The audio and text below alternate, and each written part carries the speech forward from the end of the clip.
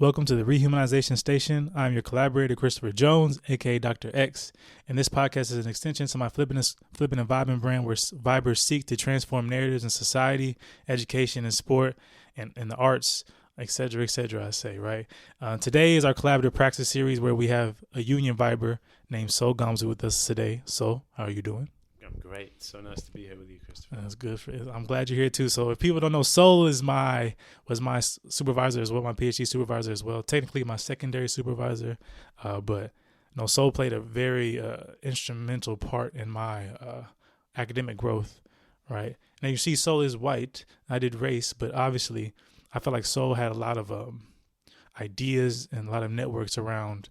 I'd say black academics, black researchers, and let's say, for instance, black in academia, people like Chantel Lewis that I got to meet, have developed a better relationship with, like Jason Arday.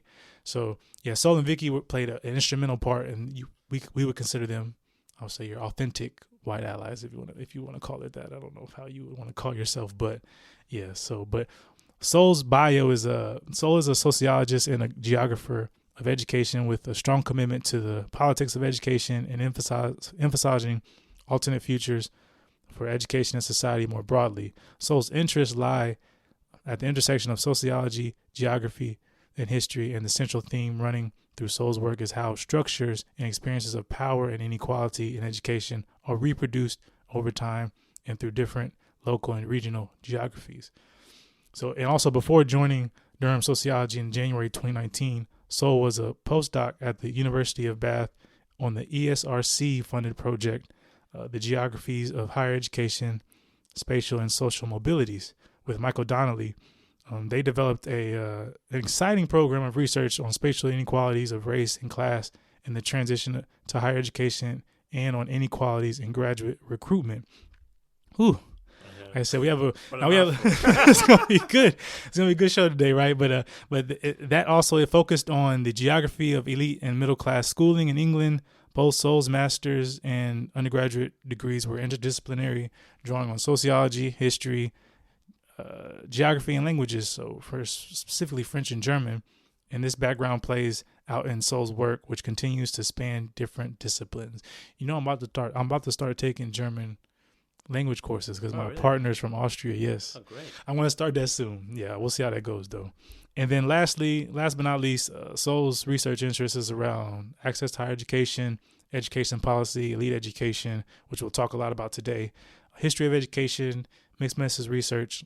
We can go on and on and on, but we need to all right. Now we're going to go to the first part of our show. We talk about this. This is the vibe section where we kind of get an idea of your background. So this is just a part where we just vibe and allow listeners to get an idea of your background and your personal interests, right? All right. So after this question, this is enough of me talking, right? But what's your story? So tell us a bit about yourself, say your birthplace, where you come from, your family, friends, and yeah. So it's really nice to be here, and thanks, Christopher, for putting together these fantastic podcasts and continuing that work that you started in the PhD and before, really, flipping the script and thinking about how we need to undo the inequalities, undo the histories of race, racism, classism that exist within the university. I think these sorts of conversations are the sorts of conversations we don't get to have often in universities, and I think making space for them is really important. So yeah, I mean, who am I? I grew up in Sheffield, so about 2 hours from here, just under 2 hours from here, and I grew up in a white middle class family, and had and enjoyed a lot of the privileges of that. We were always quite a political family. I grew up on the left very much. My parents both worked in the NHS, in the health service in different capacities, and they were really part of a group of people. I guess you'd call them baby boomers now, but boomers on the left. Let's say. Okay. That term has become weighted towards meaning of the right for understandable and correct reasons. But they were very much people that came through the 1970s and the 1980s and my dad in particular, he came from. So, if you're thinking about social mobility, there was social mobility in my grandparents' generation, but not.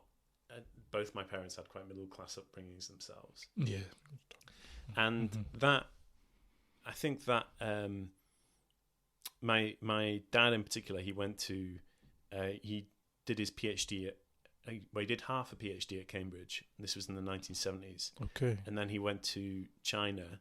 And this is when Mao was still in power in China, on an Anglo-Sino Friendship Society trip. Okay. And he came back, and he was already political at that point. Right. He came back and was like, I need to not do my PhD and move to Sheffield and sort of put science to work for within working class communities and political movements, which for a while, according to one of his friends, meant that they all became really bad electricians. Okay. But he eventually he worked as a builder during that time, and he started doing stuff around science and health at work. Okay. Because he was a scientist, he's a biologist. Okay. And they started doing kind of workers' health projects. So thinking about people's health and well-being in the workplace, and looking at how they could do political work around that. So that might mean getting people compensation. It might mean educating them on the science around, say, asbestos. Or, obviously, this was Sheffield in the 1970s, 1980s. So steelworks, industrial work, and the kind of damage that capitalism does to your body in those roles. And they set up a kind of workers' cooperative, which was called the Sheffield Occupational Health Project. Now it's the Sheffield Occupational Health Advisory Service. And it was very much that ethos of talking with workers about their health. And that meant, Sheffield was already a multicultural city at that point, and working across working class communities, and which were multiracial communities, even in the 70s and 80s, and that's where my parents met. So my parents met in a health centre where my dad was doing some work, and that health centre was being run at that time as a cooperative. Okay. So everyone was getting the same wage, from the doctors through to the secretaries. Oh, really? Yeah. Okay. My mum didn't stay there forever, I have to say. Why is that? I think stress. I think some of the relationships there maybe, and feeling the pressure, I think, of having kids and needing or wanting to earn more money, I suspect. Okay. But they met there, and very much my upbringing, I was involved with social movement, youth movement called the Woodcraft Folk, which is very much a kind of like left wing, kind of eco, kind of green. Okay. Woodcraft Folk. The Woodcraft Folk. Yeah, okay. It's nothing to do with carpentry. Okay. But it sounds like it is. Okay. But in those kind of contexts, you would sit in a council circle of young people and adults when you went on these. You'd go on camps like every year. It's a bit like Scouts. It's like hippie Scouts. Really. Okay. Hippie Scouts. Hippie Scouts. And you did this when you were a part of this? I did this from like when I was maybe 6, 7 through till 18, more or less. Okay. And there was international camps as well. And as you get older, you start to like do some of the looking after the kids, but you all like muck in and do the work, but you also make decisions collectively. And how did your father's work and your mother's work kind of influence you today? Because it seems like that.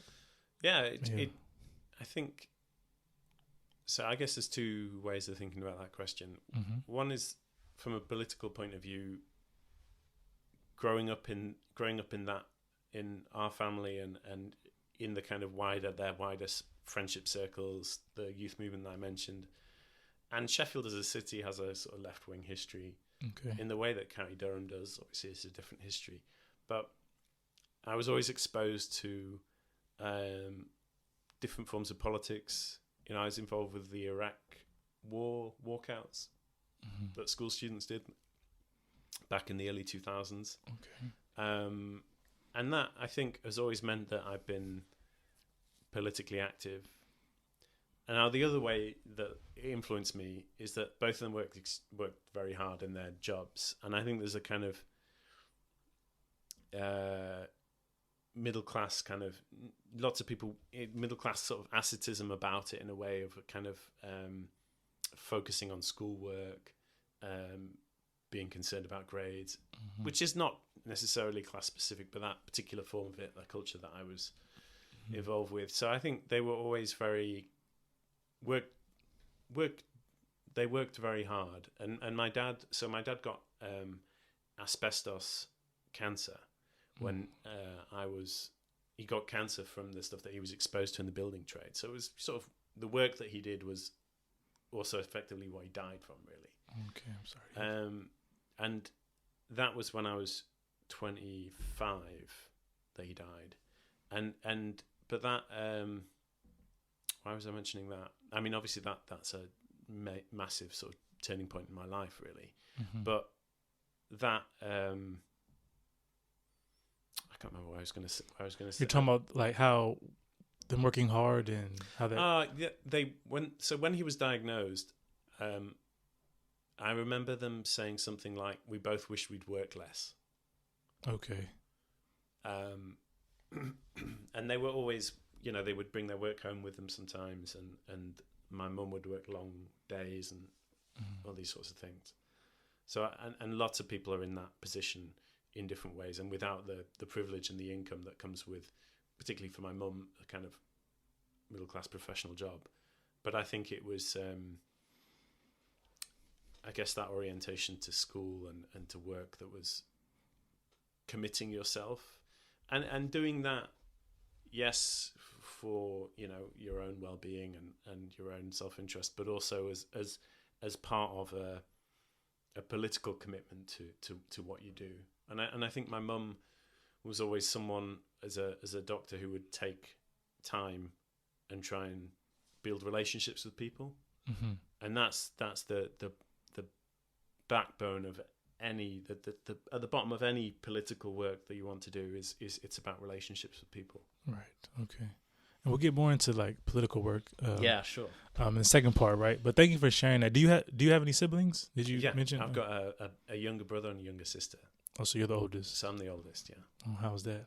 How was that? I mean, yeah, it was good. I mean, we're still pretty close. Is there an age gap? Was there a wide age gap or narrow? I'm just under 2 years older than my sister, and then 2 years, and then my sister's 2 years older than my brother. Okay, so that's a decent amount. Okay. And yeah, my sister's got a nephew and a niece. Ah, okay. Well, I've got a nephew and a niece. Right. My sister's got two kids. Okay. Down in Leeds. So are they politically active as well? My brother, yes. My sister, definitely not. Oh, okay. I mean, not definitely not. She's sort of, I guess, left leaning, but my brother is more sort of active in different ways. Okay, but I saw some smiles on your face, so I feel like they bring you some type of joy, right? Oh, of course. But that gets to the next question. So, like, what activities bring you peace, love, and happiness? Yeah. Would you say? What brings me peace, love, and happiness? That's a lovely question. I think I've got a lot of joy from obviously things like cycling. My dad was a cyclist. I always cycled throughout my PhD living in London. I used to love sort of learning different routes and cycling around London. I don't cycle as much now, but I like gardening actually now. Okay. I mean, this is the thing about being middle-aged.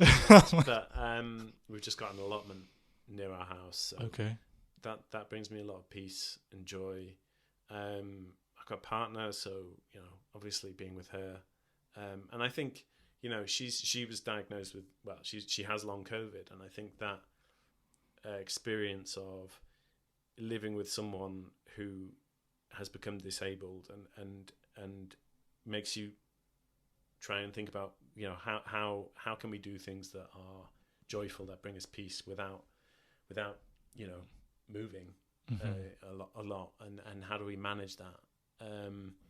I think peace.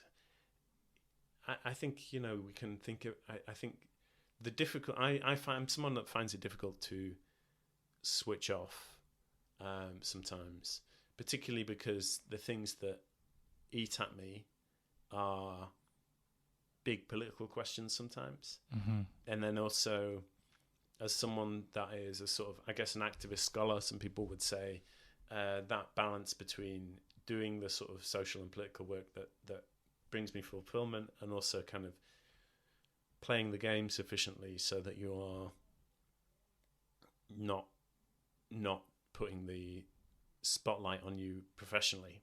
Mm-hmm. You're not exposing yourself professionally, so you play the game enough, and that kind of balance. I think a lot of academics constantly feel that pressure of comparison, of competition, and trying to push away from that, but also manage that in a way that makes me feel fulfilled. Plays the game enough, mm-hmm. And also, you know, allows me to do the things that really matter, and that's a balance. So, trying to keep those things away and stop yourself from waking up at 4 a.m. thinking about them. Peace and conflict, yeah. Okay, yeah. We'll talk more about that as well, about being an academic and the challenges, the rewards with that, right?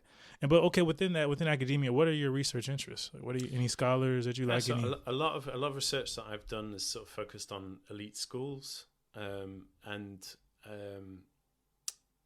private schooling. The geography of private schooling across different parts of England. You know, why is it that it's so concentrated on London and the southeast? And what made you look into private schools in particular? So private schools in particular, I was looking at the whole of sort of post-16 schooling, mm-hmm. And comparing that across different regions of the UK. And I actually looked at a whole range of different institutions at that level. So from further education, state schools, and some private schools and selective grammar schools. And it ended up in writing up the PhD that I focused more on the elite end of it. Mm-hmm. Not completely, but more so. Mm-hmm. Because of what research was going on at the time. And I think also politically, I saw private schooling as a space where I could do research and also make arguments that I thought were worth making politically. And back in 2019, I was involved with the kind of Labour campaign against private schools, which is a sort of campaign within the Labour Party. This was when Jeremy Corbyn was in charge of the Labour Party. Mm-hmm. I was in that. I was involved with that campaign with 3 teachers. It was 3 teachers and me, basically. Holly Rigby, Stephen Longdon, and Rob Poole, and we did this campaign to kind of argue that the Labour Party should be abolishing private schools mm-hmm. as a system by integrating them into the state sector. Okay. And you mentioned a few colleagues that you work with. Is there any specific scholar that has been most influential in your journey? Yeah. So I mean, I can't kind of get away from the fact that Pierre Bourdieu has influenced me a lot. Okay. And I think if we want to think through the way that education works as a force of domination and reproduction of class inequalities in particular, but also, you know, there's lots of work been done by scholars bringing, you know, Darren Wallace, Per Ailing, and others about bringing Bourdieu into conversation with race in particular. But if we want to think about education as a site where inequality is reproduced and forms of domination are created, I think Bourdieu is incredibly useful for that. Where I don't think he's useful is as a way of understanding change and understanding the kind of repertoire of skills and practices that we need if we want to actually change the education system. Okay. But Bourdieu was certainly a starting point. He was the scholar that I kind of diligently went away and read when I was an undergraduate and a master's student, and a bit of PhD as well, obviously. I'm sorry, for our audience. Yeah. Could you give like a quick summary of what Bourdieu does? Because I would say, yeah, maybe if you want to talk about field, habitus, and capital, just those Sure, three things sure. specifically, Yeah. so we give our audience a Yeah. idea of who Pierre Bourdieu is. He's Yeah. a very I that was my first time being introduced to him as well when I did my PhD, because my undergraduate and master's was criminology, so I didn't really get into Bourdieu until it's Bourdieu. Bourdieu, yeah. Bourdieu. I always forget. I was trying to say it the right way. But yeah, if you go ahead and explain. Yeah, so Bourdieu has this theory of, basically, he takes this idea, I guess, from Marx in a way, although not exclusively from Marx, of capitals. So that's the idea that if we're thinking about social inequalities, we should think not only about kind of economic inequalities, the differences in jobs that people have, but also the way that social connections, social capital, the networks that people have, the friends they have, how that enables them to get on. So social capital, in addition to economic capital, and then the other major form of capital that he kind of develops in this theory is cultural capital, which is this, and the cultural capital, he says, comes in three forms. So the embodied, the kind of embodied way that we learn to move, to talk, to dress ourselves, to know which knives and forks to pick up when we're at the college dining table. Right? You're right. Thinking about the college system being where we are. He talks about the kind of institutionalized form of cultural capital, so educational qualifications, for example. So embodied, institutionalized, objectified, and objectified. Yeah, see, right. I've done a little bit. Yeah. So cultural objects, books. I don't know, would be records or things, but habitus. Habitus is this kind of idea that it's a way of thinking. I think it's a way of looking at the kind of structure agency problem. So do we have free will? Do we have agency? How does that relate to all of the kind of social structures, society, racism, class, neighborhood inequalities, segregation, all of those things, all those big structural forces that act on people? How does that mediate people's consciousness and people's action in the world? And habitus is Bourdieu's way of saying, well, we in a way we carry that with us. And it determines, to some extent, and influences the way we behave, the way we act. Okay. Because it's always there almost at a subconscious level. Right. See, when I first started, right, I was not debating, but I was having a conversation with a PhD colleague, sibling, I call it, and I ran into habitus, and I was like, it means some habits, someone's habits, and they're like, no, it doesn't mean that. I'm like, well, what does it mean? But you just described it very well. But for our audience who aren't in sociology, it's more of an in-depth analysis of the habits or the system that develops, makes us what's the word, like you said, that we internalize within our consciousness, right? And that we perform at times, right? Yeah. Thank you for that. That was a brilliant explanation. We're in Sociology 101 right now. No problem. Well, I mean, you would hope that I could do that, right? I mean, I put you on the spot, but that's good. But thank you. So, Pierre Bourdieu. What about, could you, anybody else, maybe someone that you, I know you said that's been influential at different stages of your life. I know you mentioned your parents a lot, but anybody outside of your parents you think of, you can think of? Other influences on me, like intellectually as a... Yes, just intellectually, or just... I mean, other thinkers that I think have influenced me is kind of as someone that's interested in mediating that space between intellectual work and activism. Obviously, Antonio Gramsci, who's an Italian Marxist who wrote a lot about culture, wrote a lot about education as well. Yeah, really good work.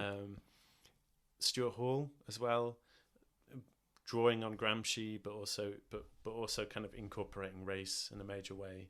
And an educator that I met when I was doing my master's, who inspired me a lot, and I think is a sort of anti-racist school teacher, someone called Chris Searle, who worked at a secondary school that I would have gone to had we not moved. So my kind of trajectory through the education system was very much one of kind of middle class school choice. So when I discovered that literature, there's a whole literature around how people choose schools in the sociology of education, and a lot of that is around how middle class families in particular, not exclusively, but largely middle class families, are able to kind of flex the kind of education system so that they can get in. And my parents, they moved house, right, to get into a particular secondary school. The local secondary school was where this anti-racist educator was working or had worked. So this was Pittsmoor in Sheffield, which is on the north side of Sheffield. It's a multiracial working class neighbourhood, and it's where I went to primary school till I was 10, and then we moved. And there were some other things. My parents wanted a bigger house for 3 kids, and some things like around that. But the school things was a big element of the choice, right? And there's a whole questions around race and class that feed into that, and why they felt that they needed to move. But Chris Sill, the work that he was doing in that school in the early 90s, and he was sacked, I think, maybe 2 or 3 years before, maybe about 3 years before I would have gone there, or 4 years before I would have gone there if we'd stayed living there. But he was doing anti-racist political work around literacy in particular, but he was also the head teacher of the school. And he was someone who had been involved with different... He'd been a teacher in Granada during the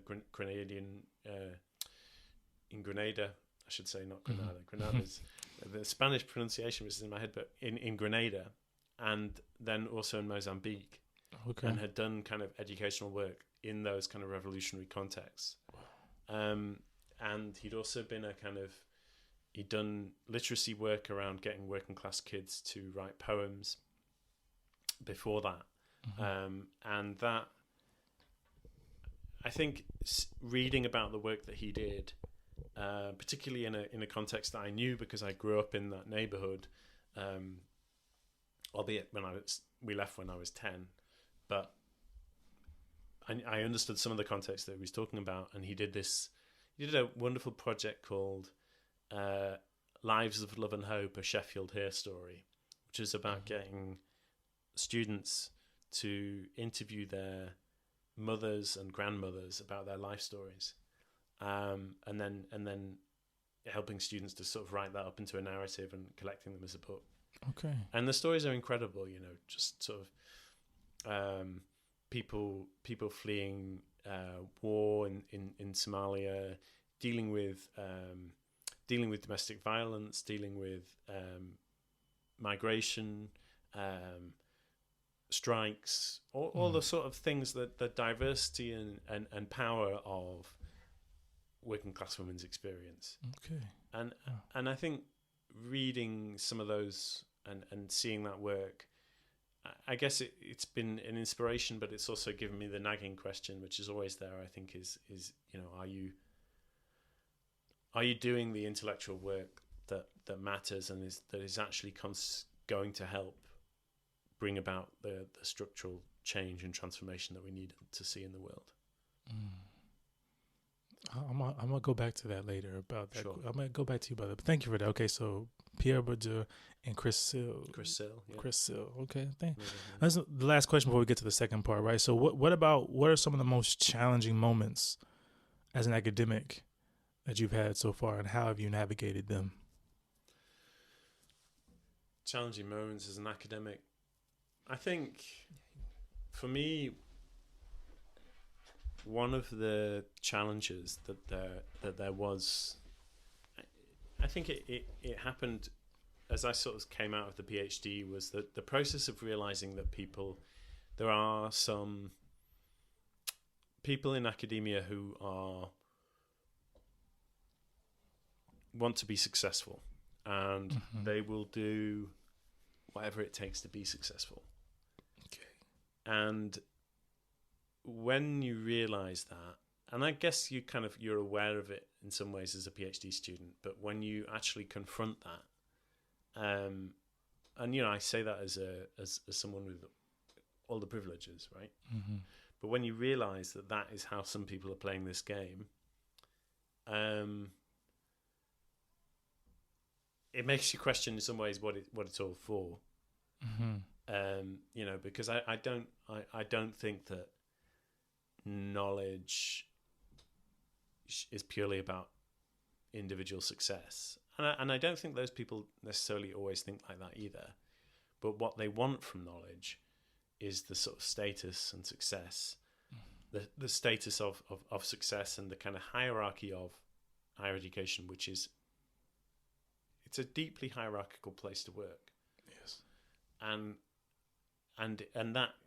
we're sort of trained to kind of celebrate those successes, even as it sort of creates hierarchy and pushes knowledge into forms that often aren't really useful or conducive to change, or the things that we are supposed to, and some of us do, you know, commit ourselves to, things around overcoming inequality, overcoming racism, overcoming elitism within the education system. Right.